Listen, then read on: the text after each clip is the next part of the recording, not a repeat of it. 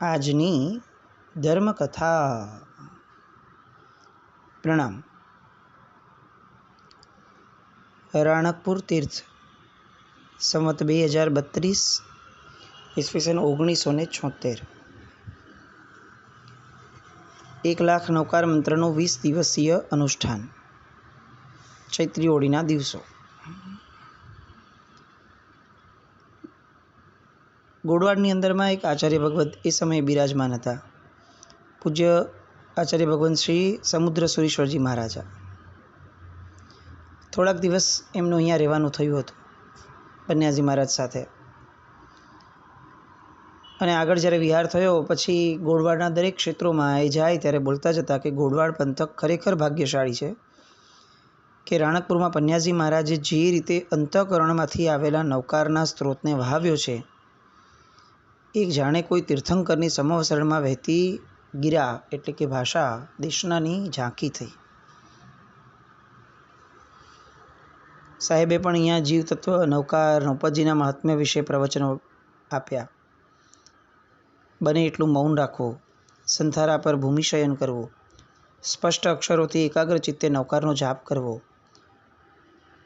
જાપ કરતી વખતે પદ્માસન અથવા સુખાસનમાં બેસવું, જાપ વખતે યોગ મુદ્રા રાખવી, નાસિકાના અગ્રભાગે નૌકારના કમળચિત્ર પર જીનવરની પ્રતિમાને સ્થિર દ્રષ્ટિથી સ્થિર રાખવી અને નૌકારવાળી સફેદ વર્ણના પારાણી વાપરવી, વિજાતીય પરિચય ત્યાગવો, બ્રહ્મચર્યનું પાલન કરવું.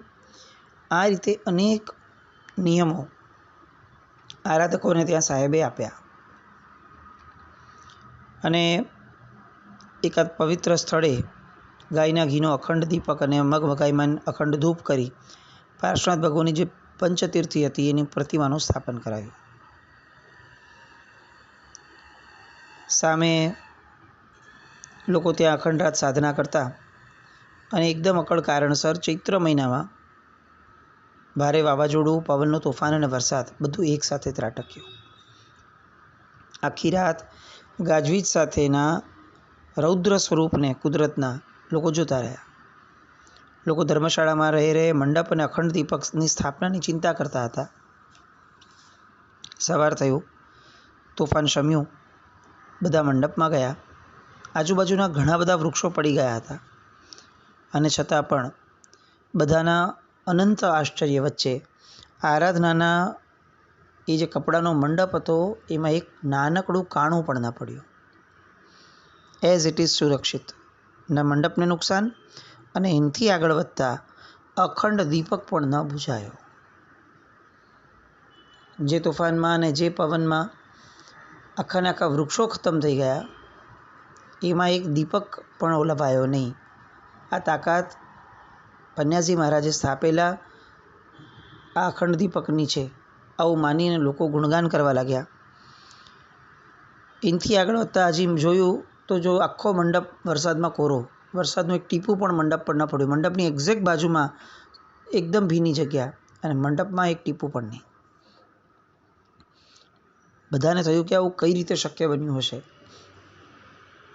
અને ત્યારે આ બધા જ રહસ્યોનું જાણે સમાધાન મળતું હોય એવું એક દ્રશ્ય એમને જોવા મળ્યું કે એ જ મંડપની અંદરમાં સાહેબજીના પરમ ભક્ત એવા શ્રી હિંમતભાઈ બેડાવાળા આખી રાત એમણે અડોલ રહીને કૌશક ધ્યાનની અંદરમાં સ્થિર ઊભા રહ્યા.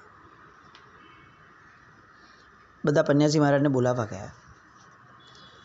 પન્યાજી મહારાજ પણ આનંદ અને આશ્ચર્ય અને અહોભાવ સાથે એમની જે આ ધારા હતી કે જેના કારણે આવો ચમત્કાર સર્જાયો હિંમતભાઈની, એ નિર્ભય પ્રસન્ન એવી મુખમુદ્રાને સાહેબ પણ જોતા રહ્યા.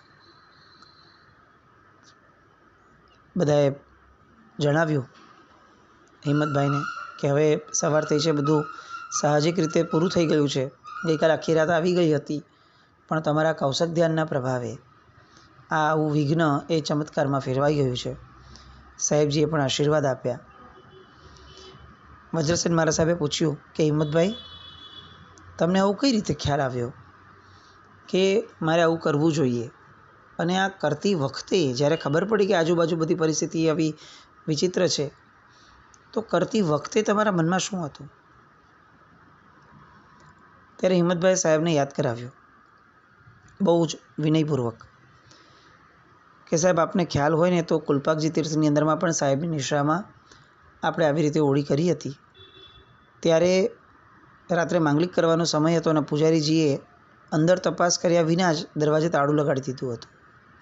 છેક સવારે 6 વાગે દ્વાર ખોલ્યા, દીવો પ્રગટાવ્યો ત્યારે પૂજારીજીને ખ્યાલ આવ્યો કે સાહેબના ભક્ત એવા હિંમતભાઈ એ કાયોત્સર ધ્યાન ધરતા ધરતા આખી રાત ભગવાન સામે ઊભા હતા. પેલા પૂજારીએ તો માફી માંગી, પણ મને તો આનંદ હતો, હું તો ભેટી પડ્યો. એ દોસ્તે તો મને લાભો આપ્યો. એ જે છે સાહેબ પ્રસંગ, આ એની અસર છે કે એના કારણે મને બળ મળ્યું અને ગઈકાલે રાત્રે મને આવી કંઈક રીતે કૌશક ધ્યાન કરવાની ભાવના ઊભી થઈ. સાહેબે ફરી એકવાર પૂછ્યું, પણ આ બધા થવાનું, આ બધું જે તમે કર્યું બંને વખત, એનું મૂળ શું? એટલે કયા અંદરના ભાવના કારણે તમે આટલી અડગતા રાખી શક્યા? ત્યારે હિંમતભાઈએ બહુ જ સરસ જવાબ આપ્યો કે સાહેબ એકવાર છે ને મને પન્યાજી મહારાજ સાથે બેસવાનું થયું હતું. ત્યારે મેં એમને સાહજિકપણે ઈચ્છા વ્યક્ત કરી હતી. બહુ વખત થયો અને મેં એમને કીધું હતું કે સાહેબ એકવાર પરમાત્માની સમક્ષ આખી રાત ઊભા રહીને કૌશગ કરવો છે. રાત્રિ જગો અને ધર્મ જાગરિકાનું આ પર્વ આવી રીતે મારે ઉજવવું છે. આવું મેં પન્યાજી મહારાજની પાસે જ વ્યક્ત કર્યું હતું. કલિકાલ સર્વજ્ઞ હેમચંદ્રાચાર્ય એમણે શ્રાવકના મનોરથો યોગશાસ્ત્રમાં વર્ણવ્યા છે. એ સાહેબ પાસેથી સાંભળતો હતો અને ત્યારે સાહેબે જ જણાવ્યું હતું એ વર્ણવતા કે મધ્યરાત્રિએ નગરીની બહાર કૌશગ ધ્યાનમાં રહેલા મને થાંભલો સમજીને બળદ ક્યારે પોતાના ખાંદની ખરજ એટલે કે ખણજ દૂર કરશે, આવો શ્રાવકનો મનોરથ હોય. બસ એ સાંભળ્યો હતો અને ત્યારે આવી ઈચ્છા થયેલી કે મારે પણ આખી રાત આવી રીતે કંઈક ઊભા રહેવું છે. અને સાહેબની જ કૃપા કે એમણે એક વખત નહીં, બે વખત મને આ તક આપી. શું આ શ્રાવકો તૈયાર થયા હશે સાહેબજીની નિશામાં? આપણો સમાજ છે ને ખરેખર દાનવીરોના અનુમોદનની ધારામાં ક્યાંક ને ક્યાંક સાધનાને ભૂલી ગયો છે. કોઈએ બહુ મોટું દાન કર્યું હોય તો આખો સમાજ ભેગો થઈ અને અનુમોદના કરે. એના કારણે શું થયું તો કે સમાજને એવી પ્રેરણા મળતી બંધ થઈ કે સાધનાઓ પણ એટલી જ મહત્ત્વની છે જેટલું મહત્ત્વનું દાન છે. કદાચ અપેક્ષા એ વધારે, પણ કમસે કમ એટલી મહત્ત્વની તો છે જ. આવી પ્રેરણા મળવાનું બંધ થયું અને એટલે સમાજમાંથી આવા શ્રાવકો, આવા સાધકો એ બનતા બંધ થયા. આખા સમાજે એક દૃષ્ટિકોણને બદલાવવો પડશે અને સમજવું પડશે કે જેનું મહત્ત્વ આપશું ભવિષ્યની પેઢી એવી થશે. આજે આપણે ફક્ત 5 પ્રતિક્રમણને મહત્ત્વ આપશું તો આવતી પેઢી 5 પ્રતિક્રમણ ભણી અને પૂરી થઈ જશે. આવા ગ્રંથો વાંચવાનું મન નહીં થાય એને. આવી ઘણી બાબતોનો સમાજ આખાએ ફેરવિચાર કરવો જ રહ્યો. એ નહીં કરીએ તો ભવિષ્યની પેઢી આપણે જે વિચાર્યું છે એવા કોઈ માર્ગ ઉપર કઈ રીતે આવશે? પૂર્વાચાર્યોના માર્ગ ઉપર ચાલવાનું બળ, સત્વ અને સમજણ એમને તો જ મળશે જો અત્યારના જનરેશનમાં આપણે બધા ભેગા મળી એમને એવા કંઈક પ્રેરણાના પાન પીવડાવશું. સાહેબની આ ધારા કે જે હિંમતભાઈએ ઝીલી, સાહેબ સ્વયં ત્યાં ઊભા હતા. સાહેબની આંખમાં જળજળિયા આવી ગયા. હિંમતભાઈએ બહુ જ સાહજિક રીતે, જાણે કંઈ જ મહત્ત્વનું નથી થયું, બહુ મોટું નથી થયું કાંઈ, એવી જ રીતે સામાન્ય રીતે સાહેબને સુખશાતા પૂછી. સાહેબ પણ એ જ રીતે એમને ધર્મલાભ આપ્યા, વાત્સલ્ય આપ્યું, પણ આંખના જળજળિયા એ જાણે ગુરુ કૃપા હોય એવી રીતે વરસી રહી હિંમતભાઈ ઉપર. સાહેબ ત્યાંથી વાંચના વગેરે આપતા રહ્યા. એમાં એકવાર સાધ્વીજી ભગવંતની વાંચનામાં એક નાનકડો પ્રસંગ બન્યો કે જેમાં સાહેબે એવું કહ્યું વાંચના સમયે કે આપણે શ્રવણોને હિત ચિંતા કરી અને દરેકને અનુકૂળતા કરી આપવી જોઈએ. અને ત્યારે એક સાધ્વીજી ભગવંત, એ સાધ્વીજી ભગવંતે સામેથી એક સાહજિક રીતે વાત કરી, પણ સાહેબજી આપણે સગવડ આપીએ તે ન ગમે, એટલે દરેક પોતે છે ને પોતપોતાની સગવડ ઊભી કરી દે છે. તો આવું જ જો થતું હોય તો પછી સગવડ શા માટે આપવી? પોતાના કોઈક પૂર્વના અનુભવના કારણે સાધ્વીજી ભગવંતે આવો જવાબ આપ્યો. સાહેબે તરત જ આ જવાબ સાંભળી ચશ્મા કાઢ્યા અને ઊંચા સ્વરે જરાક કહ્યું કે તો પછી સર્વને અનુકૂળતા કરી આપવાનું સૂચન કરનાર ભગવાને ભૂલ કરી હશે, બરાબર ને? બસ આ ગણતરીના શબ્દો અને સોંસરવા ઉતરી ગયા, એ સાધ્વીજી ભગવંતને પણ અને બેઠેલા તમામને પણ. શ્રમણોની ભક્તિ કેવી હોવી જોઈએ અને એ સમયે મનમાં કેવો ભાવ હોવો જોઈએ? કદાચ શ્રમણો વિપરીત વર્તન કરે એવું બની શકે કર્મના ઉદયે, પણ એટલા માત્રથી પરમાત્માએ જે શ્રમણ ભક્તિ કરવાનું કહ્યું છે એ વચનને આપણે મિથ્યા ન સાબિત કરી શકીએ, એને અવગણના એની ન કરી શકીએ. જે ભક્તિ જે ભાવે કરવાની છે તે કરવાની જ. સામાના વિચાર પ્રમાણે આપણે ભક્તિ કરીએ એ ભક્તિ એ ખરા અર્થમાં ભક્તિ છે જ નહીં. બુદ્ધિનો વપરાશ એ ક્યારેય પણ ભક્તિને પૂર્ણ નથી થવા દેતો. અને પરોપકારનું આ જીવ મૈત્રીનું અને પરોપકારનું જે આરોપણ સાહેબે કર્યું, પેલા સાધ્વીજી ભગવંતને બહુ દુઃખ થયું કે મેં જાહેરમાં સાહેબની સામે કેવો શબ્દ વાપર્યો અને સાહેબને કેવું લાગ્યું હશે કે આ લોકો આટલા ઉદ્દંડ છે, આટલા ઉદ્ધત છે, અને આવો મનમાં પશ્ચાતાપ ઊભો થયો.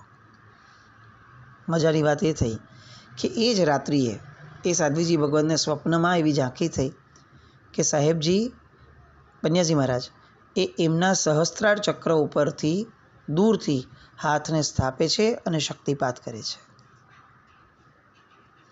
સવાર પડી અને તરત ભાગ્યા પન્યાજી મહારાજ પાસે. એને એમણે સ્વપ્નની વાત કરી. સાહેબે ફક્ત નાનકડું સ્મિત આપી અને જાણે આ વાતનું અનુમોદન કરતા હોય એવો પ્રતિભાવ આપ્યો. અને એ દિવસથી એ સાધ્વીજી ભગવંતના જીવનમાં જે ઉઘાડ થયો અને દેહ અને આત્માનું ભેદ જ્ઞાન જે રીતે અનુભવાયું, એ પછીથી તો એમના અંતરમાંથી શુદ્ધ ચૈતન્યના ચિંતનની એવી બધી સરવાણીઓ ફૂટી કે લિખિત સ્વરૂપે અંકિત કરાય અને અનેક પુસ્તકો પોતાના અનુભવના અનુભૂતિના એ સાધ્વીજી ભગવંતે પછીથી લખ્યા.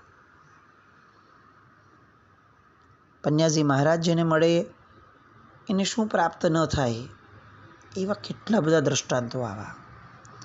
એક નવપરિણીત યુગલ પંકજભાઈ અને પારુલબેન ઝવેરી સાયનના, એમણે મુંબઈ દેરાસરની બહાર એક કુટ્ટામાં વાંચ્યું કે નવપદ આરાધક સમાજની સંવત 2032ના વર્ષની આંબિલની હોળી એ રાણકપુર તીર્થમાં પન્યાજી મહારાજની નિશ્રામાં યોજાય છે.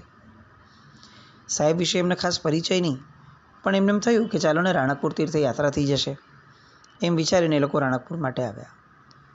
આ પહેલી જ ઓળી હતી અને એવી જાદુઈ ઓળી થઈ કે એ પછી 9 ઓળીઓ સાહેબની નિશ્રામાં જે થઈ હતી ત્યારે એમણે પૂછ્યું કે સાહેબ 9 ઓળી તો પૂરી થવા આવી, હવે શું કરીએ? તો ત્યારે સાહેબજીએ પ્રત્યુત્તર આપ્યો કે 9મી ઓળી કરશો ને પછી આગળનો રસ્તો આપોઆપ દેખાશે. તહતથી કર્યું, ભલે સાહેબ કોઈ વિકલ્પ નથી કરવા. 10મી ઓળીનો સમય આવ્યો અને અંદરથી જ મન થયું કે કેમ આવી નવપતજીની ઓળીની અદ્ભુત આરાધના છોડવી જોઈએ. અને એમાં પણ સાહેબે આ વાક્ય કહ્યું. એ પછી એ બંને જણા પોતાના જીવનની અંદરમાં 80 ઓળી એમણે પૂર્ણ કરી. અને જ્યાં જ્યાં અને જેટલી વખત સાહેબ મળ્યા, સાહેબનો યોગ હોય એ સમયે ત્યાં સાહેબ આગળ જઈને ઓળી કરતા હતા. જે યુગલ 9મી જ ઓળી પછીથી પારણું કરીને પૂરું કરવાના હતા, એ 80 ઓળી સુધી પહોંચ્યા પન્યાજી મહારાજના એક જ વાક્યમાં. અને પછી તો એવો ભાવ એમને જાગ્યો, પોતે બહુ મિડલ ક્લાસના એ સમયે, એટલે એવો બધો ભાવ જાગ્યો કે સાહેબ બીમાર છે એવું સાંભળ્યું એટલે હિંમતભાઈ બેડાવાળા જતા હતા સાહેબ પાસે. તો એ ઇલેક્ટ્રલ પાવડર, મામરો બદામ વગેરે વોરાવું હતું, એટલે એમણે હિંમતભાઈ બેડાવાળાને ત્યાં એ આપી આવ્યા કે સાહેબજીને આ વોરાવી દેજો. અચાનક આવો ભાવ થયો. કેમ થયો એ લોકોને પણ નહીં ખબર, પણ સાહેબ બીમાર છે તો અમારું કોઈ દ્રવ્ય ત્યાં વપરાવું જોઈએ. આવો ભાવ કર્યો. આ બાજુ હિંમતભાઈએ સાહેબજીને વોરાવ્યું, એ વસ્તુ જે લઈ ગયા હતા એમાંનું કંઈક તો. અને આ બાજુ એ ભાઈનું પોતાનું હાડકાનું થાપું તૂટી ગયું. અને મજાની વાત એ રહી કે એક પણ દવા વગર, એક પણ દુખાવાની ગોળી લીધા વગર આ દુખાવો જે શું હતો એ એમણે પૂર્ણ કર્યો. અને એ પછીથી એમને જીવનમાં ક્યારેય કોઈ જે પહેલાં બહુ દુખાવો હતો માથાનો, એ દુખાવો પણ ક્યારેય થયો નથી. આપણે એવું સાંભળીએ છીએ કે જ્ઞાનની સેવા એ ભગવાનની સેવા સમાન છે, આવું પરમાત્મા સ્વયં બોલે છે. અને આપણે એવું પણ સાંભળ્યું છે કે જેવી જેની ભક્તિ કરીએ તેવું તેનું ફળ મળે. પન્યાસી મહારાજની તબિયતની વિચારણા કરી અને જે ભક્તિ કરી દ્રવ્યની, એના કારણે પોતાની તબિયતમાં જે સુધારો આવ્યો, પોતાની તબિયતમાં જે અચાનકથી કેટલાક એમને જબરદસ્ત અનુભવો થયા, આ બધાનું શ્રેય પન્યાસી મહારાજ. પન્યાસી મહારાજ જેને મળ્યા હોય એ વ્યક્તિને એક ક્ષણ માટે પણ નબળી અથવા વિપરીત દિશામાં જવાનો કોઈ પણ વિચાર પણ ન આવે, એવું આપણે ચોક્કસપણે એમને મળેલા વ્યક્તિઓ સુધી કહી શકાય. આવો જ એક પ્રસંગ કે જે પન્યાસી મહારાજની ક્લેરિટીને આપણી સામે આંખ ફાડીને આપણને જોવાનું મન થાય એવી રીતે મૂકે. એકવાર એક ભાઈ ઉદ્યાન ચાલુ હતું અને એકવાર એક ભાઈ રસોડામાં રસોઈયો જે હતો એ ચક્કર આવીને પડી ગયો અને બેભાન થઈ ગયો. ગામ નાનું હતું. હવે તરતથી ડૉક્ટરનો જોગ કેવી રીતે મળે? એક મહિલા તબીબ પોતે ઉપધ્યાનમાં હતા. જેવા એમણે આ બધું જોયું કે લોકો ભેગા થયા છે, આગળ વધતા ગયા અને જોયું, ખ્યાલ આવ્યો કે આ ભાઈ ચક્કર ખાઈને પડી ગયા છે, એટલે તરત જ પોતે ભાગ્યા. પોતે ઉપધ્યાનમાં છે. એમણે કંઈ જ સૂઝ્યું નહીં. એને એક બીમાર વ્યક્તિ દેખાયો એટલે જઈને તરત જ એ ભાઈની નાડી તપાસી, અન્ય યોગ્ય ઉપચાર કર્યા અને મુખ ઉપર પાણી છટાવ્યું. થોડી વારમાં રસોઈયા ભાઈને જાગૃતિ આવી. બ્લડ પ્રેશર બહુ વધી ગયું હતું એવું એમણે કીધું. તરત જ દવા લીધી અને ધીમે ધીમે ઠીક થઈ ગયું. પણ હવે આજુબાજુવાળા જે બહેનો છે, ઔષધ લીધેલા, એ રસોડામાં જોર જોરથી આવું બધાને બોલવા લાગ્યા કે તમને બહુ મોટું પ્રાયશ્ચિત આવશે હા આનું. અને એ બેન સીધા ગયા સાહેબજી પાસે. દુઃખ થયું પોતાને પણ કે અચ્છા, આનું બહુ મોટું પ્રાયશ્ચિત આવે, હું તો પહેલી વાર આવું બધું કરું છું. પહેલાં ગયા મુનિ વજ્રસેન મારા સાહેબ પાસે. આખો ઘટનાનો વૃત્તાંત એમણે સાહેબને કહ્યો. એટલે વજ્રસેન મારા સાહેબે કીધું કે તમે કાલે સાહેબજીને મળવા આવજો, હું આ બધી વાત કરી રાખીશ. એટલે બીજે દિવસે પોતાની ભાણીને લઈને પેલા ડૉક્ટર પન્યાસી મહારાજ સાહેબને વંદન કરવા ગયા. મનમાં ભય હતો કે ક્યાંક મારા ઉપધ્યાનમાં વધુ પડતું કંઈ વિઘ્ન ન આવી જાય, કારણ કે માંડ માંડ ઉપધ્યાન કર્યા છે. પહેલી વાર આવો યોગ થયો છે. બહુ શાસ્ત્રોની કે આ બધી વસ્તુઓની બહુ એવી ખ્યાલમાં નહોતી. અને હજી તો વંદન પૂરા થાય ત્યાં સાહેબ તરત બોલ્યા કે તમે શું છો? ડૉક્ટરને? તો ડૉક્ટરની એ સમયે આવા પ્રસંગની અંદરમાં ફરજ શું હોય? તમારા માટે એ રસોઈયા ભાઈ એ માત્ર દર્દી હતા. એ પુરુષ ન હતા, એ દર્દી હતા.